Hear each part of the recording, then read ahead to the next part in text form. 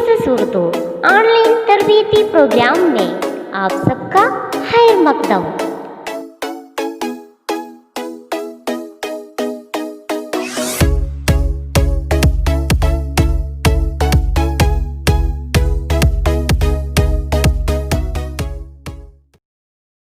പ്യാരെ ബച്ചോ ആദാബ്. പ്രിയപ്പെട്ട കൂട്ടുകാരെ, USS കഴിഞ്ഞ ക്ലാസ്സുകളിൽ ഉറുദു ഗ്രാമറുമായി ബന്ധപ്പെട്ട ചില കാര്യങ്ങളാണ് നമ്മൾ പഠിച്ചുകൊണ്ടിരുന്നത്. നമ്മൾ ഉറുദുവിലെ ഹുറൂഫ് ഹർഫുകളെക്കുറിച്ച് പഠിച്ചു. അതുപോലെ മുസക്കർ മുഅന്നസ് എന്നീ ക്ലാസ്സാണ് കഴിഞ്ഞ ക്ലാസ്സിൽ നമ്മൾ പഠിച്ചത്. മുസക്കർ മുഅന്നസ് എന്നിവയെക്കുറിച്ചാണ് നമ്മൾ കഴിഞ്ഞ ക്ലാസ്സിലൂടെ പഠിച്ചത്. ഇന്ന് നാം പഠിക്കുന്ന വിഷയം ജമീർ ആണ്. ജമീർ എന്നതിന് മലയാളത്തിൽ സർവനാമം എന്നാണ് പറയുക. എന്താ പറയുക? സർവനാമം. എന്താണ് സർവനാമം? എന്താണ് സർവനാമം? ഞാൻ ചില സെൻറ്റൻസുകൾ ഇവിടെ പറയാം, ശ്രദ്ധയോടുകൂടി കേൾക്കണം. അല്ലാമ മുഹമ്മദ് ഇഖ്ബാൽ उर्दू के मशहूर शायर है. अल्लामा मोहम्मद इकबाल उर्दू के मशहूर शायर है. अल्लामा मोहम्मद इकबाल सियालकोट में पैदा हुए. अल्लामा मोहम्मद इकबाल सियालकोट में पैदा हुए. മൂന്നാമത്തെ സെൻറ്റൻസ്, अल्लामा मोहम्मद इकबाल ने सारे जहां से अच्छा लिखा है. अल्लामा मोहम्मद इकबाल ने सारे जहां से अच्छा लिखा है. अल्लामा മുഹമ്മദ് ഇഖ്ബാൽ की वफ़ात ലാഹോർ में हुई. ഇവിടെ ഞാൻ 4 സെൻറ്റൻസുകൾ പറഞ്ഞിട്ടുണ്ട്. ഈ 4 സെൻറ്റൻസുകൾ ആരെക്കുറിച്ചാണ്? അല്ലാമ മുഹമ്മദ് ഇഖ്ബാലിനെ കുറിച്ചാണ്. ഈ 4 സെൻറ്റൻസും ഞാൻ തുടങ്ങിയതും ആരെക്കുറിച്ചാണ്? എന്തു വെച്ചിട്ടാണ്? അല്ലാമ മുഹമ്മദ് ഇഖ്ബാൽ, അല്ലേ? ഓരോരുത്തരുടെ പേരുകൾ വളരെ വലുതായിരിക്കും. ചിലപ്പോൾ മുഹമ്മദ് അസ്ഹറുദ്ദീൻ, അല്ലെങ്കിൽ മുഹമ്മദ് ഷഹ്മിൽ, അല്ലെങ്കിൽ അങ്ങനെ ഒരുപാട് വലിയ വലിയ പേരുകൾ ഉണ്ടാവും. ചിലത് വളരെ ചെറിയ പേരുണ്ടാവും, മിനി, രമ എന്നൊക്കെ പറഞ്ഞിട്ടുള്ള വളരെ ചെറിയ പേരുകളും ഉണ്ടാവും. എന്താണ് ജമീർ എന്ന് നമ്മൾ പറയാം. ഇനി ഞാൻ ഈ പറയപ്പെട്ട സെൻറ്റൻസുകളെ മറ്റൊരു രൂപത്തിൽ പറയുന്നു. ഒന്ന് നോക്കൂ. അല്ലാമ മുഹമ്മദ് ഇഖ്ബാൽ ഉർദു കെ മഷഹൂർ ഷായർ ഹെ. वो सियालकोट में पैदा हुए. उन्होंने सारे जहां से अच्छा लिखा है. उनकी वफ़ात लाहौर में हुई. ഇവിടെ ആദ്യ വരിയിൽ മാത്രമാണ്, ആദ്യ സെൻറ്റൻസിൽ മാത്രമാണ് അല്ലാമ മുഹമ്മദ് ഇഖ്ബാലിൻ്റെ പേര് പറഞ്ഞത്. പിന്നീട് അതിന് ശേഷം നാം പേരിന് പകരം ഉപയോഗിച്ചത് ചില പദങ്ങളാണ്. വോ, ഉനോനെ, ഉൻകി എന്നുള്ള രീതിയിലുള്ള ചില പദങ്ങളാണ്. ആ പദങ്ങൾക്കാണ് എന്തു പറയുക? ജമീർ എന്ന് പറയുക. അഥവാ ഒരു പേരിന് പകരം ഉപയോഗിക്കുന്ന പദങ്ങൾ, പേരിന് പകരമായിട്ട് ഉപയോഗിക്കുന്ന പദങ്ങൾ, അതിനാണ് ജമീർ എന്ന് പറയുക, മലയാളത്തിൽ സർവനാമം. അപ്പോൾ നമ്മൾ ജമീറുമായി ബന്ധപ്പെട്ട ചില കാര്യങ്ങളാണ് നമ്മളിന്ന് പഠിക്കാൻ പോകുന്നത്. സർവനാമങ്ങൾ, ഉറുദുവിൽ നമ്മൾ ഉപയോഗിക്കുന്ന ചില സർവനാമങ്ങൾ, അവയുടെ അർത്ഥം, അവയുടെ ഉപയോഗം എന്നിവയൊക്കെയാണ് ഈ ക്ലാസ്സിൽ നാം പരിചയപ്പെടുന്നത്. ആദ്യമായിട്ട് നാം പരിചയപ്പെടുന്നത് വോ എന്നത് ഒരു സർവനാമമാണ്. നമ്മളിപ്പോൾ പറഞ്ഞതാണ്. വോ എന്നതിൻ്റെ അർത്ഥം പ്രത്യേകം ശ്രദ്ധിക്കണം. വോ എന്നത് ഒരു പദമാണെങ്കിലും അതിൻ്റെ അർത്ഥം അവൻ, അവൾ, അദ്ദേഹം, അവർ, അത്, ആ, ഇവയെല്ലാം ഈ ഒരു പദത്തിൻ്റെ അർത്ഥങ്ങളാണ്. അവൻ, അവൾ, അദ്ദേഹം, അവർ, അത്, ആ, ഇത്രയും അർത്ഥങ്ങൾ ഈ പദത്തിനുണ്ട്. അപ്പോൾ അത് അർത്ഥം മനസ്സിലാക്കുന്നത് അതിൻ്റെ തുടർന്ന് വരുന്ന അക്ഷരങ്ങൾ അല്ല, തുടർന്ന് വരുന്ന ആ സെൻറ്റൻസിൻ്റെ ഭാഗം അടിസ്ഥാനമാക്കിയിട്ടാണ്. ഈ വോ എന്നത് അവനാണോ, അതല്ലെങ്കിൽ അവളാണോ അവറാണോ അദ്ദേഹമാണോ എന്നതൊക്കെ മനസ്സിലാക്കേണ്ടത്. അപ്പോൾ ഒരു കാര്യം മനസ്സിലാക്കണം, ഞാൻ ഇവിടെ അവന് പറഞ്ഞു, അവൾ പറഞ്ഞു, അവർ എന്നും പറഞ്ഞു അല്ലേ. അവൻ എന്ന് പറഞ്ഞാൽ ഒരാളേ ഉള്ളൂ, അവൾ എന്ന് പറഞ്ഞാലും ഒരാളേ ഉള്ളൂ. അവർ എന്ന് പറയുമ്പോൾ ഒരുപാട് ആളുകളുണ്ട്, ആ എന്ന് പറയുമ്പോഴും ഒരുപാട് ആളുകളും ആവാം, അതേസമയം എന്താവാം, സിംഗുലർ ഒരാളും ആവാം. അപ്പോൾ എങ്ങനെയാണ് ഇതിൻ്റെ അർത്ഥം മനസ്സിലാക്കുന്നത്, അതിൻ്റെ സെൻറ്റൻസ് എങ്ങനെയാണ് അവസാനിക്കുന്നത് എന്നതിനെ അടിസ്ഥാനമാക്കിയാണ്. മനസ്സിലായല്ലോ. वो एक लड़का है, वो एक लड़का है, അവൻ ഒരു ആൺകുട്ടിയാണ്. ഇവിടെ നമ്മൾ ശ്രദ്ധിക്കേണ്ട കാര്യം, ഇവിടെ ഈ പറയപ്പെട്ട കാര്യങ്ങളെല്ലാം കുറച്ച് വിദൂരത്താണ്, നമ്മുടെ തൊട്ടടുത്തല്ല, വിദൂരത്താണ്. ഒന്നുകിൽ നമ്മൾ കാണുന്നത് വിദൂരത്തായിട്ടാണ്, അല്ലെങ്കിൽ മറഞ്ഞു നിൽക്കുന്ന ഒരവസ്ഥയിലാണുള്ളത്. ഇപ്പം ഞാൻ പിന്നെ അല്ലാമ മുഹമ്മദ് ഇക്ബാലിനെ കുറിച്ച് പറഞ്ഞു. അല്ലാമ മുഹമ്മദ് ഇക്ബാൽ എൻ്റെ മുമ്പിലില്ല. അല്ലാമ മുഹമ്മദ് ഇക്ബാൽ ഗായിബാണ്, അഥവാ മറഞ്ഞു നിൽക്കുകയാണ്. എന്നാൽ അങ്ങനെയുള്ളൊരു സിറ്റുവേഷനെ കുറിച്ച് പറയുമ്പോഴാണ് വോ എന്നത് ഉപയോഗിക്കുക. അതല്ലെങ്കിൽ ഒരുപാട് ദൂരെയാണ്, ഇഷാരയായിട്ട് പറയാം. ഓലെടുക്കുക, ഓലെടുക്കുക, ആ ആൺകുട്ടി എന്നുള്ള രീതിയിൽ പറയാം. അവിടെ ആ എന്നത് വരും. വോ ലഡ്കാ ഹൈ, അവൻ ഒരു ആൺകുട്ടിയാണ്. വോ ലഡ്കേ ഹൈ, വോ ലഡ്കേ ഹൈ, അവർ. അവിടെ മനസ്സിലായല്ലോ, അവിടെ സിംഗുലർ മാറി എന്തായി മാറി, പ്ലൂറലിലേക്ക്, ബഹുവചനത്തിലേക്ക് മാറി. അവർ ആൺകുട്ടികളാകുന്നു. വോ ലഡ്കിയാ ഹൈ, അവർ പെൺകുട്ടികളാകുന്നു. അവിടെയും ഒരുപാട് പെൺകുട്ടികളുണ്ട്. വോ ലഡ്കിയാ ഹൈ, വോ ലഡ്കീ ഹൈ, അവൾ പെൺകുട്ടിയാകുന്നു. ഇവിടെ അവൻ എന്നത്, അവൾ എന്നത്, അവർ എന്നത് മനസ്സിലാക്കുന്നത് തുടർന്നുള്ള സെൻറ്റൻസിൻ്റെ ഭാഗം നോക്കിയിട്ടാണ് എന്ന് മനസ്സിലാക്കുക. ഇനി അദ്ദേഹം എന്ന് പറയുന്നത് ആരെക്കുറിച്ചാണ്? അദ്ദേഹം എന്ന് പറയുമ്പോൾ അദ്ദേഹം വളരെ അറിയപ്പെടുന്ന ആളായിരിക്കണം. വളരെ മുതിർന്ന ആളുകളെ കുറിച്ചൊക്കെ പറയുമ്പോൾ നമ്മുടെ പിന്നെ ഉപ്പയെക്കുറിച്ച്, നമ്മുടെ ഉപ്പയെക്കുറിച്ച്, ഉമ്മയെക്കുറിച്ച് അവൻ അവൾ എന്നത് പറയാൻ പാടില്ലല്ലോ. അവിടെ ബഹുമാന സൂചകമായി നമ്മൾ ആരൊക്കെയോ ബഹുമാനിക്കുന്നത്, ആ ബഹുമാന സൂചകമായി ഉപയോഗിക്കുമ്പോൾ വോ എന്നത് അദ്ദേഹം എന്നായി മാറും. വോ എന്നത് അദ്ദേഹം എന്നല്ലെങ്കിൽ അവർ എന്നുള്ള രീതിയിലേക്ക് അത് മാറും. മനസ്സിലായല്ലോ. അപ്പോൾ വോ എന്നതാണ് ഇപ്പോൾ നമ്മൾ പറഞ്ഞത്. ഇനി വോ എന്നത് ഒരു മനുഷ്യൻ മാത്രമല്ല, ഒരു ജീവജാലം മാത്രമല്ല. വോ കിതാബ് ഹേ, അത് പുസ്തകമാണ്. വോ കിതാബ് ഹേ എന്ന് പറയുമ്പോൾ അവിടെ ഒരു പുസ്തകമാണുള്ളത്. വോ കിതാബേ ഹൈ, അവിടെ വോ കിതാബേ ഹൈ, അതെന്താണ്? പുസ്തകങ്ങളാകുന്നു. അവിടെ ഒരുപാട് പുസ്തകങ്ങളുണ്ട്. അവിടെ ഒരുപാട് പുസ്തകങ്ങളുണ്ട്. ഏത് പേരുമാവാം, വസ്തുവാവാം, ഒരു പിന്നെ സ്ഥലത്തിൻ്റെ പേരാവാം. വോ മൈതാൻ ഹെ, ഗ്രൗണ്ടാണ്, അതൊരു സ്ഥലമാണ്. അപ്പോൾ ഒരു സ്ഥലത്തിൻ്റെ പേരാവാം, ഒരു വസ്തുവിൻ്റെ പേരാവാം, ഒരു ആളുടെ പേരാവാം. മനസ്സിലായല്ലോ. ഈ രീതിയിലൊക്കെ വരാം. ഇവിടെ അർത്ഥമാണ് നമ്മൾ മനസ്സിലാക്കേണ്ടത്. അർത്ഥം മനസ്സിലാക്കുന്നത്, ഒരു സെൻറ്റൻസിൽ ഈ വോ എന്ന് വന്നാൽ അതിൻ്റെ അർത്ഥം മനസ്സിലാക്കേണ്ടത് ആ സെൻറ്റൻസിൻ്റെ അവസാന ഭാഗം എങ്ങനെയാണോ അത് നോക്കിയാണ് മനസ്സിലാക്കേണ്ടത്. ഇനി നമ്മൾ ഇതിൻ്റെ മറ്റൊരു ഭാഗത്തേക്ക് നോക്കാം. വോ എന്നതുപോലെ തന്നെയുള്ള മറ്റൊരു സമീറാണ് എ. വോ എന്നതിൽ രണ്ടക്ഷരമാണുള്ളത്, എ എന്നതിലും രണ്ടക്ഷരങ്ങളാണുള്ളത്. വോ എന്നതിന് എന്തർത്ഥമാണോ നൽകിയത് അതേ തരത്തിലുള്ള അർത്ഥമാണ് എ എന്നതിനും കൊടുക്കുക. പക്ഷെ ചെറിയൊരു വ്യത്യാസം. വോ എന്ന് പറഞ്ഞപ്പോൾ അവൻ, അവൾ, അദ്ദേഹം, അവർ, അത്, ആ എന്നതാണ് നമ്മൾ അർത്ഥം പറഞ്ഞതെങ്കിൽ അവിടെയുള്ള എല്ലാത്തിലെയും ആ മാറ്റി ഈ ആക്കിയാൽ എ ആയി.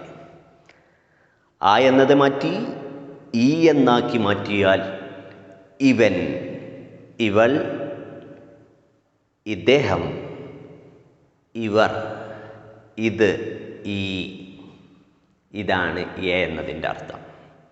ആ എന്നത് അവൻ, ഇവൻ, അവൾ, ഇവൾ, അവർ, ഇവർ, അത്, ഇത്, ആ, ഈ രീതിയിലാണ്. അപ്പോൾ ഇവിടെ വ്യത്യാസം. അവൻ എന്ന് പറഞ്ഞപ്പോൾ നമ്മൾ പറഞ്ഞിരുന്നു അവൻ ഒരുപാട് ദൂരത്താണ്, അല്ലെങ്കിൽ നമ്മുടെ കാണാമറയത്താണ്. അതേസമയം ഇവൻ എന്ന് പറയണമെങ്കിൽ ഇവൻ എവിടെ ഉണ്ടാവണം? നമ്മുടെ കൺമുമ്പിൽ ഉണ്ടാവണം. ഈ കിതാബ് ഹെ എന്ന് പറയുമ്പോൾ എന്തുണ്ടാവണം? എൻ്റെ കയ്യിലുണ്ടാവണം. അല്ലെങ്കിൽ കലം ഹെ, ഇത് കലമാകുന്നു എന്ന് പറയുമ്പോൾ ഈ കലം നമ്മുടെ കയ്യിൽ ഉണ്ടാവണം. തസ്വീർ ഹെ, ഒരു തസ്വീർ കാണിച്ചിട്ട്, ഗാന്ധിജിയുടെ തസ്വീർ കാണിച്ചിട്ട് ഗാന്ധി ഹെ, ഗാന്ധിജി ഹെ, കുഴപ്പമില്ല. കാരണം അവിടെ ഗാന്ധിജിയെ കാണുന്നുണ്ട്, അല്ലേ? അവിടെ ഗാന്ധിജിയെ കാണുന്നുണ്ട്. ഈ രീതിയിൽ നമ്മൾ നേരത്തെ പറഞ്ഞതുപോലെ തന്നെ അതിൻ്റെ സിംഗുലർ അഥവാ ഏകവചനമാണോ ബഹുവചനമാണോ എന്ന് മനസ്സിലാക്കി അതിനർത്ഥം വെക്കേണ്ടത് അതിൻ്റെ സെൻറ്റൻസിൻ്റെ തുടർന്നുള്ള ഭാഗങ്ങൾ നോക്കിയിട്ടാണ്, അവസാന ഭാഗങ്ങൾ നോക്കിയിട്ടാണ്. പ്ലൂറലാണെങ്കിൽ അഥവാ ബഹുവചനമാണെങ്കിൽ, ഒരുപാട് ആളുകളുണ്ടെങ്കിൽ, ഒരുപാട് വസ്തുക്കളുണ്ടെങ്കിൽ അവിടെ ഹൈ എന്നത് ഉപയോഗിച്ചിരിക്കും, അല്ലെങ്കിൽ ഹെ എന്നത് ഉപയോഗിക്കും. അതേസമയം വളരെ ആദരിക്കപ്പെടുന്ന ബഹുമാനിക്കപ്പെടുന്ന ആളിനാണ് നമ്മൾ അദ്ദേഹം ഇദ്ദേഹം എന്നതൊക്കെ പറയാം, അല്ലേ? വോ എന്ന് പറയുമ്പോൾ മൗലാന അബുൽ കലാം ആസാദ് ഹൈ എന്ന് പറയും. അവിടെ വോ എന്ന് പറയുന്നതിൻ്റെ അർത്ഥം അദ്ദേഹം എന്നതാണ്. അദ്ദേഹം മൗലാന അബുൽ കലാം ആസാദ് ആകുന്നു എന്നതാണ്. പക്ഷെ അവിടെ സിംഗുലർ ആണെങ്കിലും അദ്ദേഹം എന്ന അർത്ഥമാണ് അവിടെ നൽകുന്നത് എന്നുള്ളത് കൊണ്ട് അവസാനം ഹൈ ഉപയോഗിക്കാറുണ്ട്. മനസ്സിലായല്ലോ? അവർ എന്നുള്ള അർത്ഥത്തിലാണ്. മറ്റൊരു തരത്തിൽ അത് വരുന്നത് അവർ എന്ന അർത്ഥത്തിലാണ്. സിംഗുലർ ആണെങ്കിലും ആളൊന്നേ ഉള്ളുവെങ്കിലും അദ്ദേഹം ചെയ്ത പ്രവർത്തനങ്ങൾ വളരെ വിശാലമാണ്, വിപുലമാണ്, അറിയപ്പെടേണ്ടതാണ്, പ്രശസ്തിയുള്ളതാണ്. അത്തരത്തിലുള്ള കാര്യങ്ങളൊക്കെ ചെയ്തതുകൊണ്ട് അവനൊരു സംഭവമാണ്, അവനൊരു പ്രസ്ഥാനമാണ് എന്ന് പലപ്പോഴും പറയാറുണ്ട്, അല്ലേ? അവനൊരു സംഭവമാണ്, അവനൊരു പ്രസ്ഥാനമാണ്, അവൻ തന്നെ മതി, എല്ലാ കാര്യത്തിനും അവൻ തന്നെ മതി എന്ന് പറയുന്ന സമയത്ത് അത്രയും പ്രശസ്തമായ ആളുകളെ അവർ എന്ന് പലപ്പോഴും സംബോധന ചെയ്യാറുണ്ട്. അവിടെ വോ എന്ന് വരുന്ന സമയത്ത് അവസാനം ഹൈ വരാം, അങ്ങനെ ഉപയോഗിക്കാറുണ്ട്. ഇപ്പോൾ നാം രണ്ട് ജമീറുകളാണ് പരിചയപ്പെട്ടത്, വോ എന്നതും എന്നതും. ഇനി നമുക്ക് നമ്മെക്കുറിച്ച് തന്നെ ഒന്ന് പറയാം. നമുക്ക് നമ്മെക്കുറിച്ച് പറയുക എന്ന് പറഞ്ഞാൽ ഞാൻ എന്നെക്കുറിച്ച് പറയുന്നത്, ഞാൻ എന്നെക്കുറിച്ച് പറയാൻ ഉപയോഗിക്കുന്ന ജമീറാണ് മേ എന്നത്. മേ, നിങ്ങൾ ഹുറൂഫ് പഠിച്ച സമയത്ത് മേം എന്ന് പഠിച്ചിട്ടുണ്ട്. അവിടെ മേം എന്നതിൻ്റെ അർത്ഥം ഉള്ളിൽ എന്നൊക്കെ അർത്ഥമാണ്. മേസ്മേം, മേശക്കുള്ളിൽ പേനയുണ്ട്. കമരേമേം അലമാരി ഹെ, ആ കമരയിൽ അലമാരിയുണ്ട്, റൂമിൽ അലമാരയുണ്ട്. അവിടെ മേം എന്നതിൻ്റെ അർത്ഥം എന്തായിരുന്നു? എന്താണ്? ജിഹാ, അവിടെ അല്ലെങ്കിൽ ഉള്ളിൽ എന്ന അർത്ഥമാണ്. എന്നാൽ ഇവിടെ മേ എന്നത് ജമീറാണ്. ജമീർ എന്നാൽ സർവനാമമാണ്. ഞാൻ എന്നെക്കുറിച്ച് പറയാൻ ഉപയോഗിക്കുന്ന ജമീറാണ് മേ. മേ പേര് പറയാം, അല്ലേ? മേ ഏക് ഉസ്താദ് ഹും, മേ ഏക് ഉസ്താദ് ഹും, ഞാനൊരു ഉസ്താദാണ്, ഞാനൊരു അധ്യാപകനാണ്. ഓക്കെ. മേ ഏക് ടീച്ചർ ഹും, ഞാനൊരു ടീച്ചറാണ്. മേ പേര് പറയാം, മേ ഇഖ്ബാൽ ഹും, ഞാൻ ഇഖ്ബാലാണ്. നമ്മൾ 5ാം ക്ലാസ്സിൽ പഠിച്ചിട്ടുണ്ട് ആപ് കോൻ ഹെ, നിങ്ങൾ ആരാണ്? അപ്പോൾ അവിടെ പറയുന്നുണ്ട് മേ നന്ദിനി ഹും, ഞാൻ നന്ദിനിയാണ്. മേം നന്ദിനി ഹും. മേം വരുന്ന സമയത്ത് നമ്മൾ പ്രത്യേകം ശ്രദ്ധിക്കേണ്ട ഒരു കാര്യം, നമ്മൾ ഒരുപാട് തവണ കേട്ടതാണ്, പറഞ്ഞതാണ്, പഠിച്ചതാണ്. മേം എന്നത് ആദ്യത്തിൽ വരികയാണ്. അഥവാ ഞാൻ എന്നുപയോഗിച്ചുകൊണ്ട് ആദ്യത്തിൽ ഒരു സെൻറ്റൻസിൻ്റെ ആദ്യത്തിൽ മേം ഉപയോഗിച്ചാൽ ആ സെൻറ്റൻസ് അവസാനിക്കേണ്ടത് ഹേ വെച്ചിട്ട് ഉപയോഗിക്കാൻ പാടില്ല, ഹൈ വെച്ചിട്ട് ഉപയോഗിക്കാൻ പാടില്ല. അവിടെ ഉപയോഗിക്കേണ്ടത് ഹും എന്ന് തന്നെ ഉപയോഗിക്കണം. മേ നന്ദിനി ഹും, മേ അബ്ബാഹും, മേ ഇസി തര മേക്ക് ഡോക്ടർ ഹും, ഞാനൊരു ഡോക്ടറാണ്. ഈ രീതിയിൽ ഹു വെച്ചിട്ട് തന്നെ എന്തു ചെയ്യണം? ഉപയോഗിക്കണം എന്ന് പ്രത്യേകം ശ്രദ്ധിക്കുക. മേ എന്നത് ഞാൻ എന്നതിനെക്കുറിച്ചാണ്. ഇനി നമുക്ക് നമ്മെക്കുറിച്ച് പറയാം. നമ്മളെക്കുറിച്ച്, ഞങ്ങൾ ആരാണ്, അല്ലേ? ഞങ്ങൾ അല്ലെങ്കിൽ നമ്മൾ, ഞങ്ങളല്ലെങ്കിൽ നമ്മൾ. നമ്മൾ എന്നതിന് അല്ലെങ്കിൽ ഞങ്ങൾ എന്നതിന് ഉറുദുവിൽ ഉപയോഗിക്കുന്ന പദം ഹം എന്നതാണ്. നമ്മൾ എന്നതിന് ഉപയോഗിക്കുന്ന പദം ഹം എന്നതാണ്. ഹം എന്ന് പറയുമ്പോൾ ഒരാളല്ല, മേ എന്ന് പറഞ്ഞപ്പോൾ ഒരാളായിരുന്നു. ഹം എന്ന് പറയുമ്പോൾ ഒന്നിൽ കൂടുതൽ ആളുകളുണ്ട്. ഇനി ഞങ്ങളെക്കുറിച്ച് ഹം ബച്ചേ ഹേ, ഞങ്ങളെല്ലാം കുട്ടികളാണ്. ഹം സ്കൂൾ മേം പഠിത്തേ ഹേ, ഞങ്ങൾ സ്കൂളിൽ പഠിക്കുന്നവരാണ്. ഹം സാത്വീൻ ജമാഅത്ത് മേം പഠിത്തേ ഹൈ, ഞങ്ങൾ 7ാം ക്ലാസ്സിലാണ് പഠിക്കുന്നത്. ഇവിടെ ഹം വരുന്ന സമയത്ത് എന്ത് ചെയ്യണം? അവസാനം ഹൈ എന്നായിരിക്കും. അവസാനം ഹൈ എന്നതായിരിക്കും അതിൻ്റെ ക്രിയ. അതിൻ്റെ ക്രിയ എന്ന് പറയുന്നത് ഹൈ എന്നതിന് തൊട്ട് മുമ്പുള്ള പഠിത്തേ ഹൈ, ഖേൽത്തേ ഹൈ, ജാത്തേ ഹൈ എന്നത് പ്ലൂറൽ ഫോമിലായിരിക്കും. പ്ലൂറൽ ഫോം എന്ന് പറയുന്നത് പഠിത്ത എന്നതിൻ്റെ പ്ലൂറൽ ഫോം, പഠിന എന്നതിൻ്റെ പ്ലൂറൽ ഫോം പഠിത്തേ എന്നതാണ്. അതേസമയം പെൺകുട്ടികളാണെങ്കിൽ ഹം എന്ന് പറയുന്നത് മുഴുവൻ പെൺകുട്ടികളാണെങ്കിൽ പഠിത്തീ ഹൈ എന്നതാണ്. മുഴുവൻ പെൺകുട്ടികളാണെങ്കിൽ പഠിത്തീ ഹൈ, ആൺകുട്ടികളാണെങ്കിൽ പഠിത്തേ ഹൈ. മനസ്സിലായല്ലോ? ഇപ്പോൾ നമ്മൾ വോ പഠിച്ചു, ഏ പഠിച്ചു, മേ പഠിച്ചു, ഹം പഠിച്ചു. ഇനി ഏതൊക്കെ ജമീറുകളാണ് ഉള്ളത് നമുക്ക് നോക്കാം. ഇനി ഞാൻ നിങ്ങളെക്കുറിച്ച് പറയാൻ പോവുകയാണ്.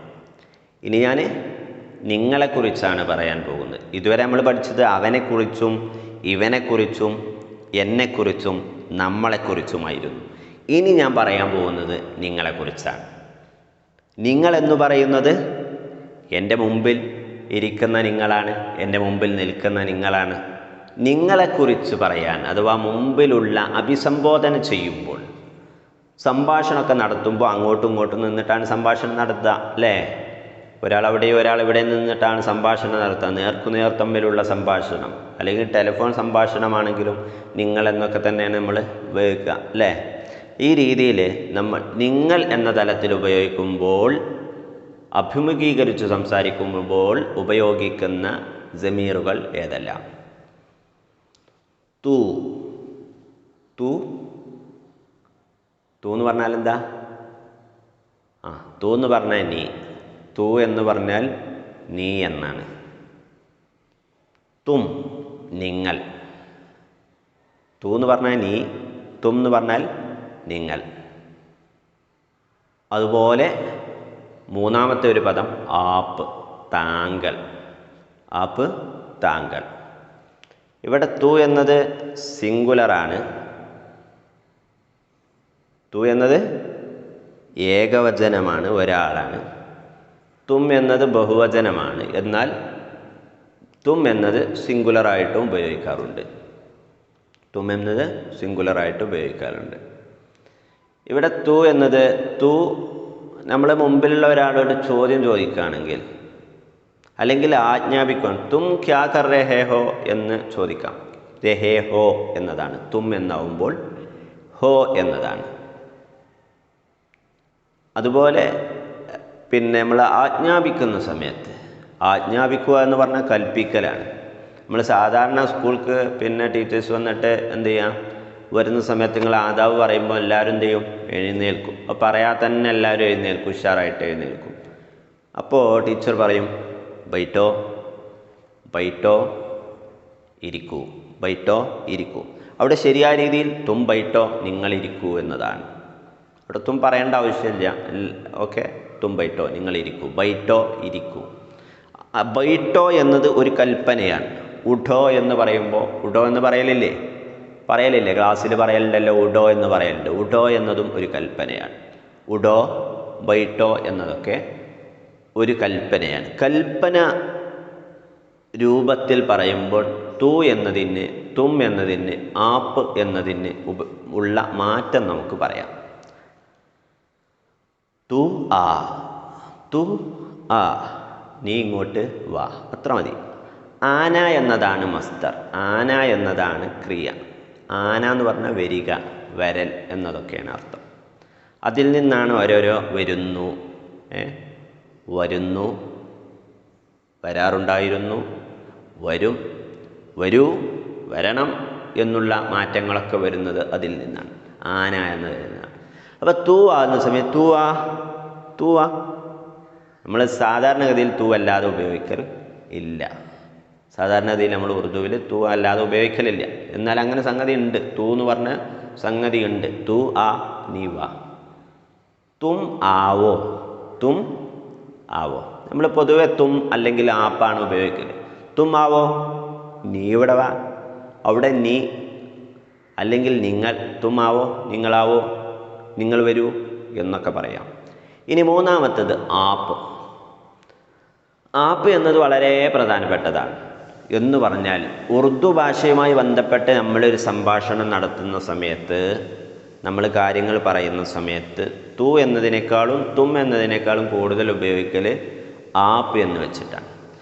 ആപ്പ് എന്നത് ബഹുമാന സൂചകമായി ഉപയോഗിക്കുന്ന പദമാണ്. ബഹുമാന സൂചകമായി ഒരാളോട് കാര്യം പറയുന്ന സമയത്ത് അവിടെ ഉപയോഗിക്കാനുള്ള പദമാണ് ആപ്പ് എന്നത്. അവിടെ തും എന്നതിന് പകരം പൊതുവെ നമ്മൾ ഉപയോഗിക്കൽ ആപ്പ്. ആപ്കാ നാം ക്യാ ഹെ, തുമാരാ നാം ക്യാ ഹെ എന്ന് ചോദിക്കാം. അതേ ചോദ്യം തന്നെ ആപ്കാ നാം ക്യാ ഹെ എന്ന് ചോദിക്കാം. ഞാൻ നേരത്തെ പറഞ്ഞല്ലോ, തു ആ, തും ആവോ, ആപ്പ് ആയിയേ, ആപ്പ് ആയിയേ, നിങ്ങൾ വരൂ, വൈറ്റിയേ, നിങ്ങൾ ഇരിക്കൂ, ഉടിയേ, നിങ്ങളൊന്ന് എഴുന്നേറ്റാലോ. ഈ രീതിയിലാണ് ഇയെ വെച്ചിട്ടാണ് ആപ്പിൽ കൽപ്പന വരിക. ആപ്പ് എന്ന ജമീർ ഉപയോഗിച്ച് കൽപ്പിക്കുന്ന സമയത്ത് ഒന്നുകൂടി ആപ്പ് ബൈറ്റി, നിങ്ങളിവിടെ ഇരുന്നാലും, നിങ്ങളിവിടെ ഇരുന്നാലും. ഇത് ഉറുദുവിൻ്റെ ഒരു സംസ്കാരം, ഉറുദുവിൻ്റെ ഒരു ശൈലി ഉപയോഗിക്കുമ്പോൾ തു എന്നതിനേക്കാളേറെ, തും എന്നതിനേക്കാളേറെ കൂടുതൽ പ്രയോഗിക്കാറുള്ളത് ആപ്പ് എന്നതാണ്. കാരണം നമ്മളെ ഏറ്റവും ചെറിയ കുട്ടികളെയും ബഹുമാനിക്കണം എന്ന് സന്ദേശം നൽകുന്ന ഒരു നല്ല ഭാഷയാണ്. അപ്പോൾ തു ആ, തും ആവോ, ആപ്പ് ആയിയേ. ഞാൻ നേരത്തെ പറഞ്ഞ പോലെ തന്നെ തും പഠ്തേ ഹോ, ഒരു സെൻറ്റൻസ് ആകുന്ന സമയത്ത് ഹോ എന്നതാണ് വരിക. തും പഠ്തേ ഹോ, ഈ പഠിക്കുകയാണോ. അതുപോലെ ആപ്പ് വരുന്ന സമയത്ത് അവസാനം ഹൈ തന്നെയാണ് വരിക. ആപ്പ് കഹാൻ ജാത്തേ ഹൈ, നിങ്ങൾ ചോദിക്കണം, ജാത്തേ ഹൈ, അവസാനം ഹൈ എന്ന് തന്നെയാണ് വരിക. അപ്പോൾ കാര്യങ്ങളൊക്കെ മനസ്സിലാക്കുക. ഇത്രയും കാര്യങ്ങൾ നിങ്ങളുടെ ഓർമ്മയിൽ ഇന്നുണ്ടാകണം. ഇതുമായി ബന്ധപ്പെട്ട കുറച്ച് കാര്യങ്ങൾ കൂടി അടുത്ത ക്ലാസ്സുകളിൽ നമുക്ക് പരിചയപ്പെടാം. ഇതിൻ്റെ ബാക്കിയായിട്ടുള്ള മറ്റു കാര്യങ്ങൾ നമുക്ക് അടുത്ത ക്ലാസ്സിൽ പരിചയപ്പെടാം. അപ്പോൾ ഇന്ന് നമ്മൾ പറഞ്ഞ ജമീറുകൾ എല്ലാവരുടെയും മനസ്സിൽ ഉണ്ടാവണം. അതിൻ്റെ അർത്ഥവും അറിയണം, അർത്ഥമറിയണം. അതെങ്ങനെയാണ് ഉപയോഗിക്കുന്നത് എന്നുള്ളത് മനസ്സിലായിട്ടുണ്ടാവും അല്ലേ? മനസ്സിലായിട്ടില്ലേ? മനസ്സിലായി എന്നാണ് ഞാൻ കരുതുന്നത്. വോ, ഏ, മേം, ഹം, തു, തും, ആപ്പ്. ഏറ്റവും ചുരുങ്ങിയത് ഇത്രയും ജമീറെങ്കിലും നമുക്കറിയണം. ഇനി ഈ ജമീറുമായി കണക്റ്റ് ചെയ്തിട്ടുള്ള മറ്റു ചില കാര്യങ്ങൾ അടുത്ത USS ക്ലാസ്സിൽ നമുക്ക് പരിചയപ്പെടാം. കൂടുതൽ കാര്യങ്ങൾ നിങ്ങൾ ഇതുപോലെ മനസ്സിലാക്കുക. നമ്മൾ പരിചയപ്പെട്ട ജമീറുകൾ നമ്മുടെ പുസ്തകങ്ങളിൽ ഏതെല്ലാം ഭാഗങ്ങളിൽ ഏതെല്ലാം രീതിയിൽ വന്നിട്ടുണ്ട്, അതിൻ്റെ അർത്ഥം എന്താണ്, ഓലെടുക്കുക, ഓലെടുക്കെ, ആ ആൺകുട്ടി, ഓലെടുക്കെ, ആ ആൺകുട്ടികൾ. അപ്പോൾ ഇതിൻ്റെ അർത്ഥങ്ങളൊക്കെ ഒന്ന് നല്ലപോലെ മനസ്സിലാക്കുക, നന്നായി പരിശ്രമിക്കുക, നല്ല വിജയം നേടുക. ഓക്കെ, ശുക്രിയ, ഖുദാ ഹാഫിസ്.